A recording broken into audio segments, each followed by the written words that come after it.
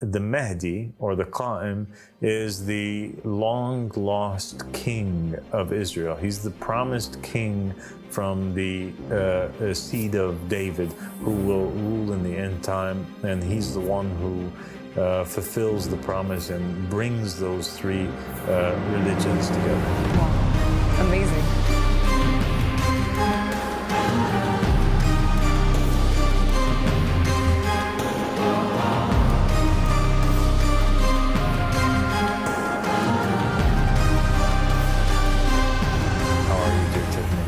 I'm doing well today. Thank you so much. It's so good to have you back. Thank you so much for having me. So today we want to talk about the Israeli people. We want to talk about the state of Israel.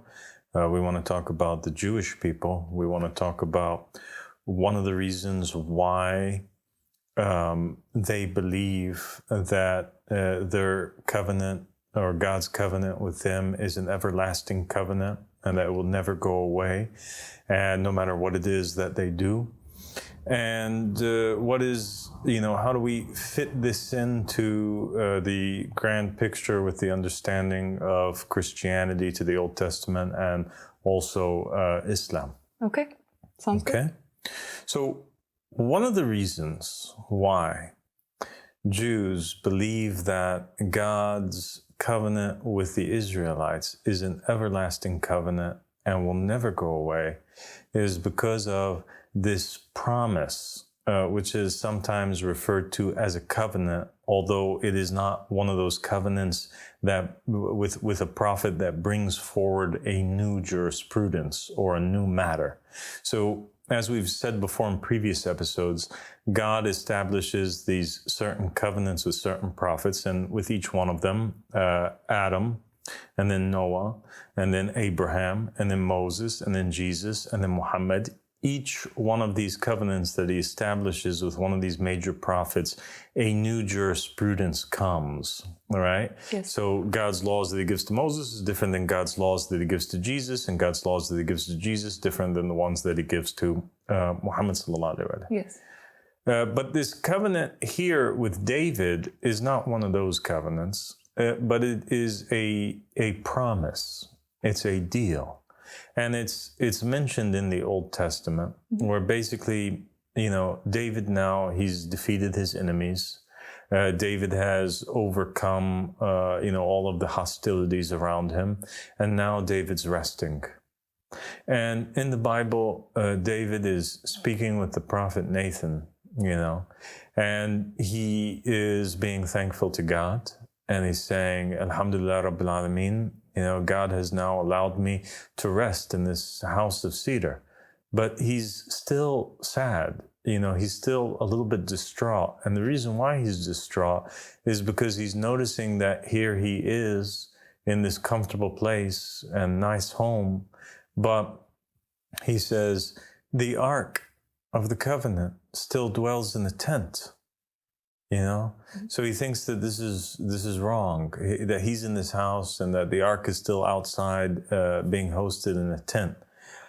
And so Nathan looks at David and he says to him, David, do whatever is in your heart, for God is with you. And this is a very important indication about the type of rule that David has. He rules by means of God putting his will in the heart of David. The Holy Spirit is with David. Okay? And now we know from this verse that David, he rules by his feelings in his heart, and he doesn't rule by necessarily like evidence and cases and that way. But he rules with the feeling that he has. Okay? Whatever God places in his heart. Yes. And that's important for later on. And so Prophet Nathan, he goes, he has a dream, and in his dream, the Lord comes to him and he tells him, basically in the dream that, I've been dwelling in the tent and in the tabernacle ever since I brought, the Israelites out of Egypt, and I do not have a home, So go command David and tell him to build for me a home. Okay, and he gives this commandment to tell, for Nathan to tell David, and Nathan goes and he tells David, and this is basically the command that is given to David to build this great temple. Yes. And it's the Temple of Solomon, which actually is completed by his son, because it's a big undertaking. It's a big work. And Nathan narrates to David the dream, the commandment, but also there's more to the dream than just that. God tells David on the tongue of Nathan that if you do this for me, and you're going to do it for me, he says, I'm also going to do something for you. I'm going to make a home too for your people. I'm going to plant them here, in Israel. So that way they don't have to, wander around anymore. So now I've made a house for your people. You've made a house for me. I've made a house for your people. And I'm going to make a house for you, David, an everlasting house in which my name will rule forever. Okay. Okay? Yeah. And so God establishes in this one dream of Nathan's the commandment to build the temple, which is the house of God. Yes. And he also establishes that Israel is home now for the Israelites. Yeah. And he also establishes that the rulers for Israel forever will be from the lineage or the house of David. Yes. So he establishes the house of David, the monarchy for Israel. Okay. Yeah. Okay? I see. It's no longer going to be a thing where he picks Joshua, son of Nun, to rule for a while, and then from another family he picks somebody else. No, he picks David and his lineage. Yes, I see. That there's this sort of transition from what had been before in the time of the judges, in the time of Samuel, like leading even Saul. Then David establishes this dynasty, which passes down to his son. Yeah, there's this change at that point. Yes. Yeah. And then God tells David, and I'm going to be with you forever. He says, anybody from this house that does iniquity, I'm going to punish them with a rod, and I'm going to beat them by the violence of the hands of man.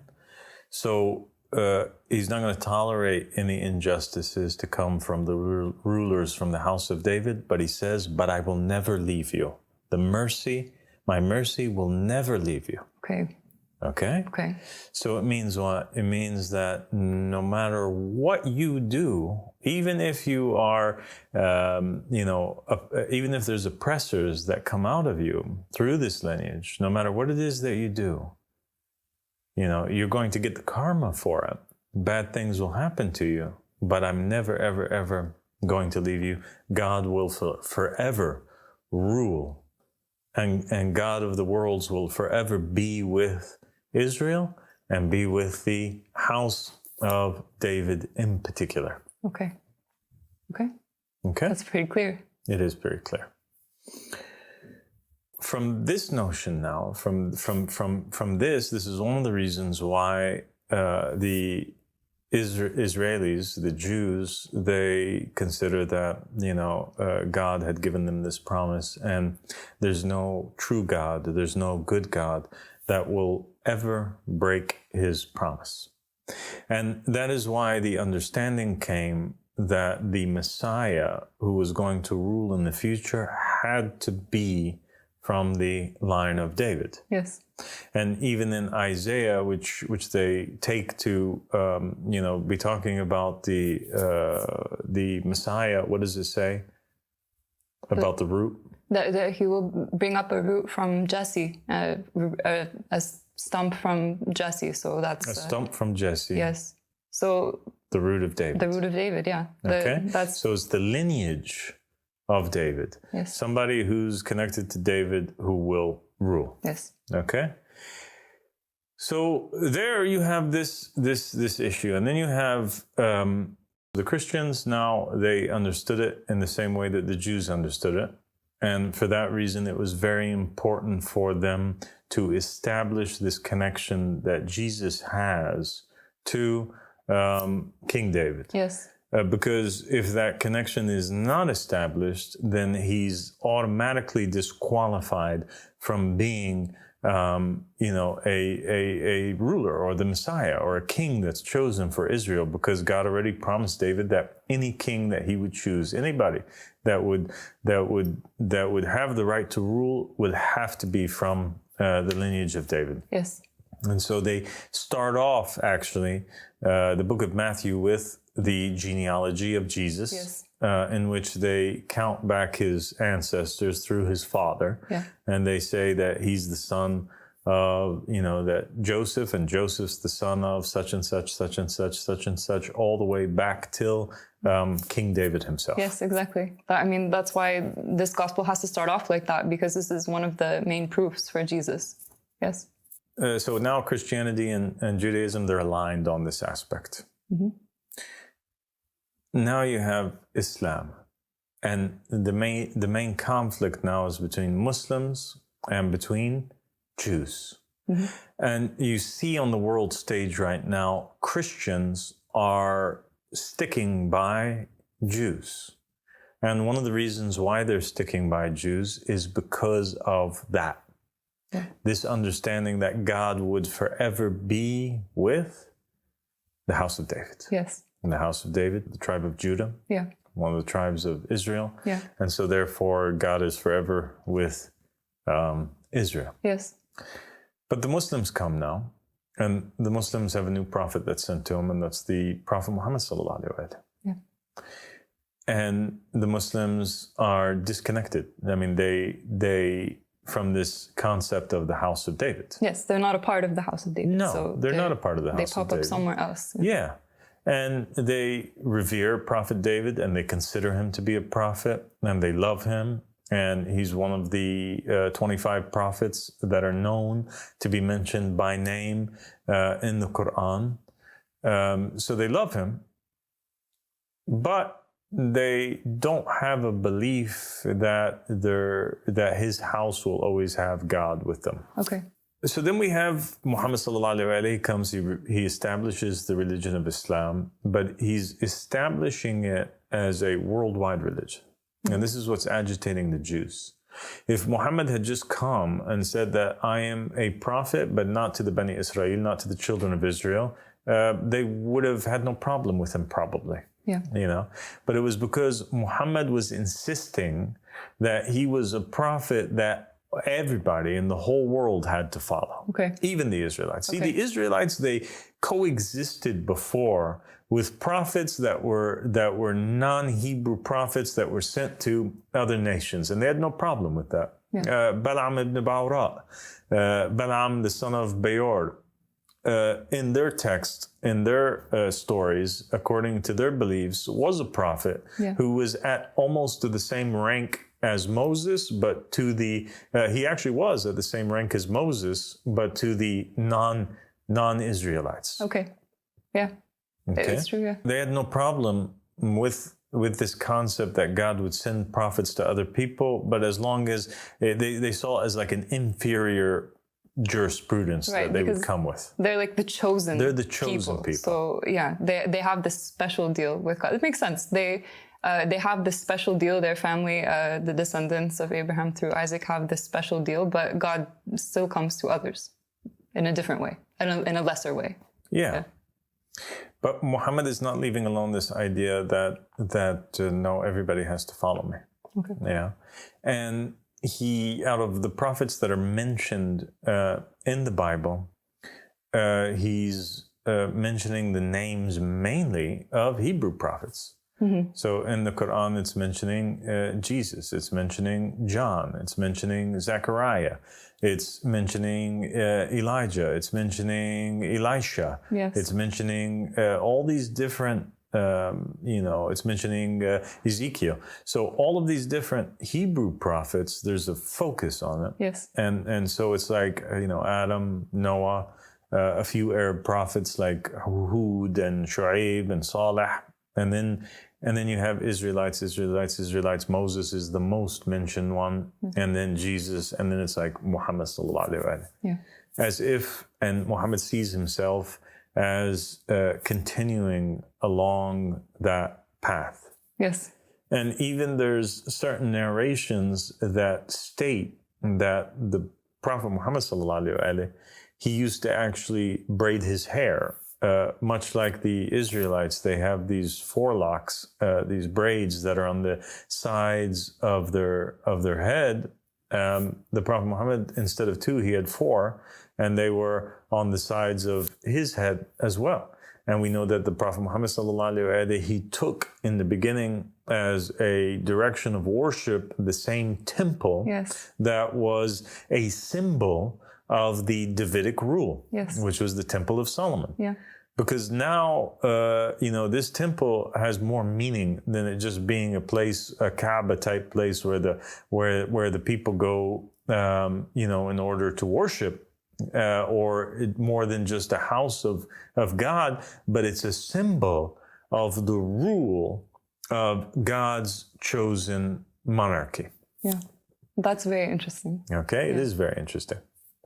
The Prophet Muhammad Sallallahu Aleyhi, he passes away, and in his will he mentions that after him is going to be 12 imams, and then after that are going to be 12 Mahdis. And the last of the imams is Imam al-Mahdi, and then there comes the rule of these Mahdis. And as we mentioned in the other episode that we did, the previous episode, about how we said that, the Prophet Muhammad Sallallahu Aleyhi said that I am Israel, that this is one of his names, right? And we established that fact. It's interesting because we find this reference to the Prophet David coming up again in Islamic narrations, but only in the time of the Qa'im, okay? And the time of the Mahdi. Okay. And there's a few really, really interesting narrations. One of them is that the Mahdi, it says that the Mahdi, his body is the body of an Israelite. Really? Yes. Very interesting. His body is the body of an Israelite, or a man from the sons of Israel. Okay. So it's very interesting. We spoke about how Prophet Muhammad called himself Israel, so it could have to do with this narration or something else. And then you have another narration which states that when it comes time for the Mahdi to call forward, when he wants his companions, what does he do? He makes a dua, and he calls upon God by his Hebrew name. Okay. And then all of his companions come to him. So now this Mahdi, this Qa'im, he's worshiping God, but he's worshiping God in Hebrew. He knows the secret name of God. And we're going to do a whole episode that has to do with the Jewish belief on the idea of God having a secret name. But in short, God had a secret name that only the king or the priests that were chosen by God would know. And it was a safeguarded secret. And this name is represented by the 4 letters, YHWH, that is in the Old Testament. And so nobody knows the true pronunciation of the name of God, but it's represented by these 4 letters. It's forbidden for anybody who to even pronounce the name of God. And you have people that pronounce it by saying Yahweh. Other sects of Christianity have come forward and have said, no, the correct pronunciation, for example, is Jehovah, right? Or other distorted forms by filling in vowels in between those 4 letters in order to figure out what the name is. And Jewish people, out of respect, they use the word Hashem to refer to God. So Hashem means the God. Hashem is like the Hebrew equivalent of Allah. Okay? And it's interesting to note, because if Hashem means the God, Well, we know also that Muhammad was sent as a descendant from the sons of Hashem, the Beni Hashem. Yeah. Oh. And God, when he was talking to David in the dream of Nathan, he says to them, I will be their father, meaning the monarchs that come after you. You and the monarchs, I will be their father, and they will be like my sons. If they make inequities or mistakes, I'm going to punish them. Okay? Here you have now Muhammad. He's coming from the Beni Hashem. Hashem has a very significant name in Hebrew to the Jewish people. Yeah. But nonetheless, let's put that aside. Okay. 2 narrations so far. One is that he has the body of an Israeli. 2, now he's speaking Hebrew and he's making dua in the Hebrew language. Yeah. Then we come to the 3rd narration, which is the most important of all.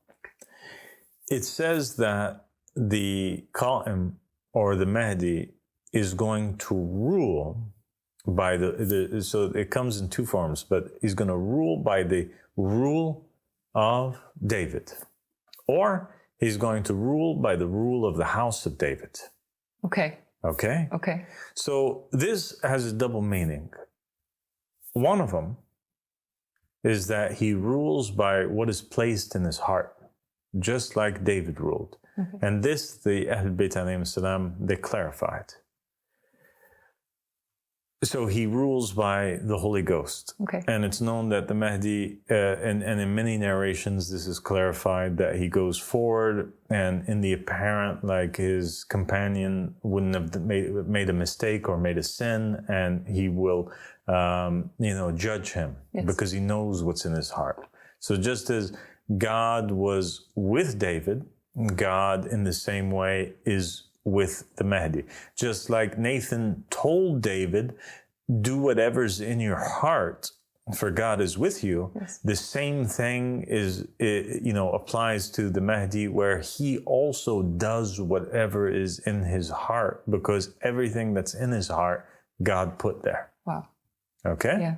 But it says he'll rule by the rule of the house of David.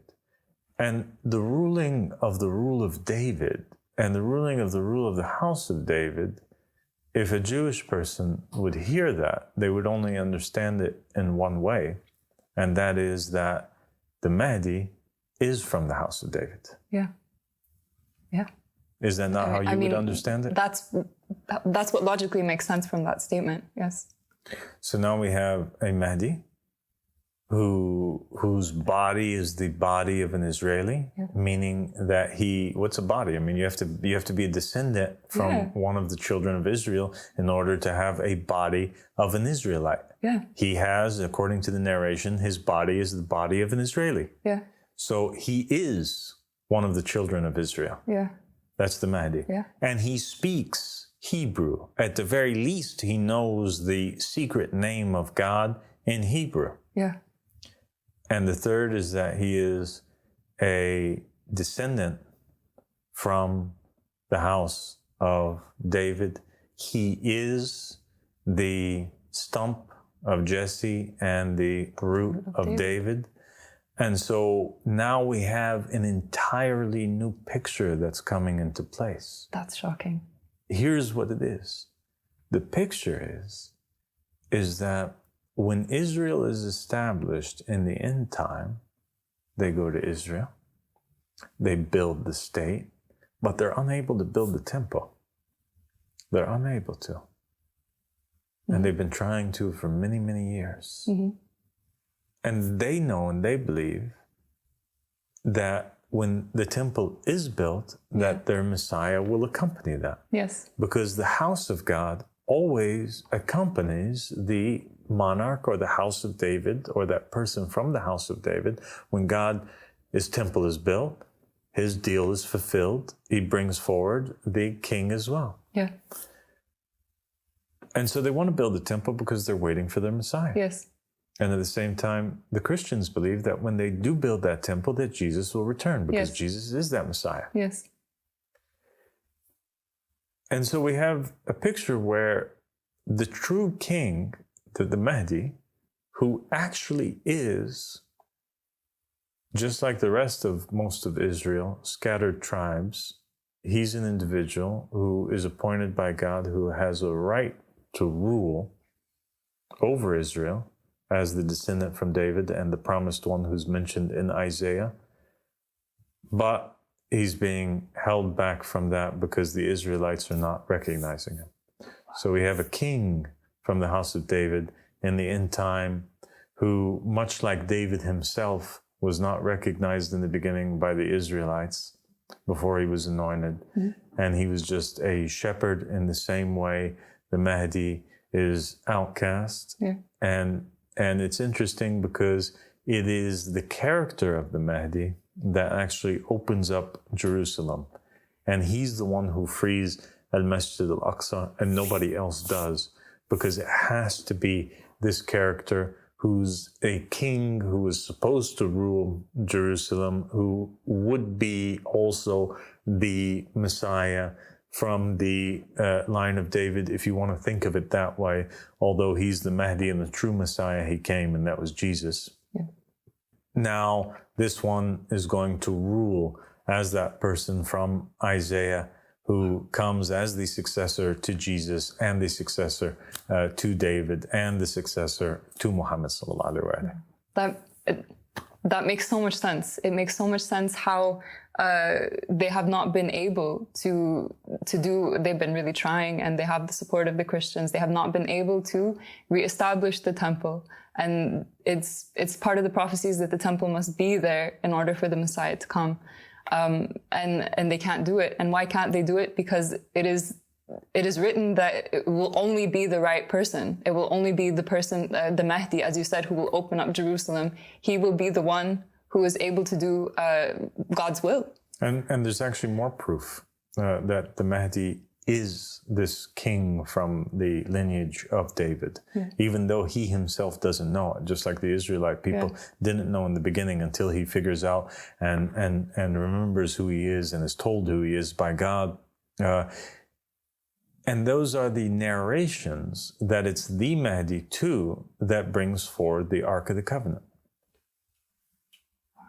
And it's the Mehdi too who comes forward, and he has with him the staff of Moses and the ring of Solomon. Wow. He's clearly from this lineage. He's clearly from this story.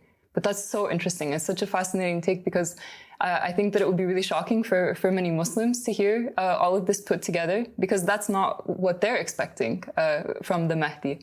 And certainly that's not what the Jewish people are expecting from the Mehdi, or the Christians. So this is just amazing. They should expect it, because even Imam al-Mahdi, Muhammad ibn Hassan al-Askari alayhi salam, according to the Shia narrations, his mother is Nerjis, and Nerjis is a Roman princess who actually is a descendant of Simon Peter, according to the narration. So she has this Jewish ancestry according to that. So the Shia, they already believe that the Mehdi is mixed. He's half Roman, or in reality half Jewish through the descendant of Simon Peter, and he's half Arab. And so now all of the narrations are making sense. That the Mehdi, or the Qa'im, is the long lost king of Israel. He's the promised king from the seed of David, who will rule in the end time. And he's the one who fulfills the promise and brings those three religions together. Wow. Amazing. Amazing. He's a true Israelite. You know, as we talked about previously, this concept of people posing as Israelites when they don't have the right to call themselves that. He is the true. He's truly from this lineage. So the Mehdi is Arab, and he's Hashimi. He's a son of the Bani Hashim. And he is a successor from the family of Muhammad alayhi salam. And he's a descendant of the Prophet Muhammad Sallallahu Aleyhi. But his body is descendant from David and from the tribe of Judah. And he is an Israeli. That's amazing. And he is Jewish. So the Mehdi is Jewish and the Mehdi is Muslim. Wow. Wow. And he comes for all mankind. So, of course, this makes sense, how he is the one to come and unite the world. Like, it's amazing.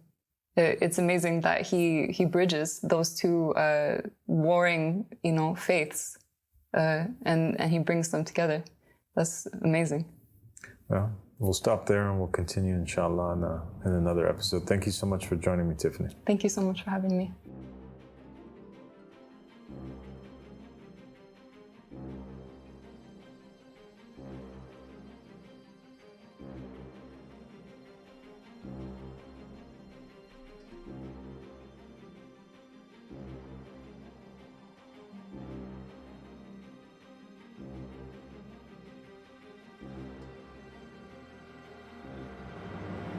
That was such an enlightening discussion. I'm really blown away with what I've learned today, and I hope that you are too.